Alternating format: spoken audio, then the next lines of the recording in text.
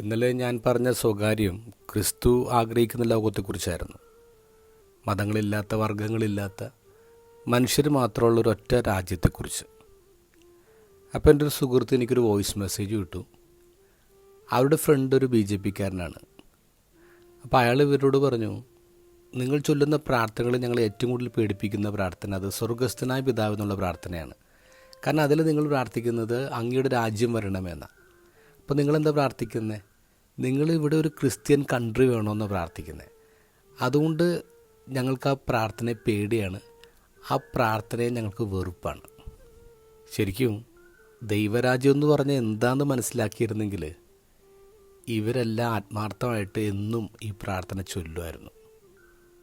ഈശോ ഈ ഭൂമിയിലേക്ക് വന്നപ്പോൾ ഈശോയുടെ ആൾക്കാർ പോലും ഈശോയെ മനസ്സിലാക്കിയില്ല, ഈശോയുടെ രാജ്യത്തെക്കുറിച്ച് മനസ്സിലാക്കിയില്ല. അതുകൊണ്ടാണ് ഹെരോദോസ് രാജാവ് അവനെ കൊല്ലാൻ അന്വേഷിച്ചത്. പകരം കുറച്ച് കുട്ടികളെ കൊന്നുകളയുകയും ചെയ്തു. വിചാരണയ്ക്ക് വേണ്ടി പീലാത്തോസിൻ്റെ മുമ്പിൽ നിൽക്കുമ്പോൾ പീലാത്തോസ് ഈശോയോട് ചോദിക്കുന്നുണ്ട്, നീ രാജാവാണോ?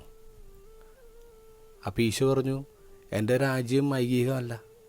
അങ്ങനെ ആയിരുന്നെങ്കിൽ എന്നെ അറസ്റ്റ് ചെയ്യാതിരിക്കാൻ വേണ്ടി എൻ്റെ സേവകർ ഫൈറ്റ് ചെയ്തിരുന്നില്ലേ? അപ്പോൾ എൻ്റെ രാജ്യം ഇതല്ല, നിങ്ങൾ ഉദ്ദേശിക്കുന്നതല്ല എൻ്റെ രാജ്യം. ക്ലിയറായിട്ട് ഈശോ അത് പറഞ്ഞതാണ്. ഈശോ കൊല്ലപ്പെട്ടു. ഇന്നത്തെ ഗോസ്പലിൽ ഈശോ പറയുന്നുണ്ട്, ദൈവരാജ്യം എന്ന് പറയുന്നത് കഷ്ടപ്പെടും, ദൈവരാജ്യം റിജക്റ്റ് ചെയ്യപ്പെടും. നമ്മളിപ്പോൾ ക്രിസ്ത്യാനി എന്ന പേരിൽ പീഡിപ്പിക്കപ്പെടുന്നുണ്ടെങ്കിൽ, ആൾക്കാർ നമ്മൾ അവഹേളിക്കുന്നുണ്ടെങ്കിൽ, ആൾക്കാർ നമ്മൾ കൊല്ലുന്നുണ്ടെങ്കിൽ മനസ്സിലാക്കിക്കോ, we are in the right track.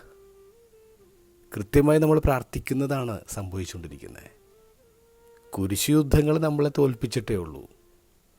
നമ്മൾ ജയിച്ചത് കുരിശുമരണത്തിൽ മാത്രമാണ്.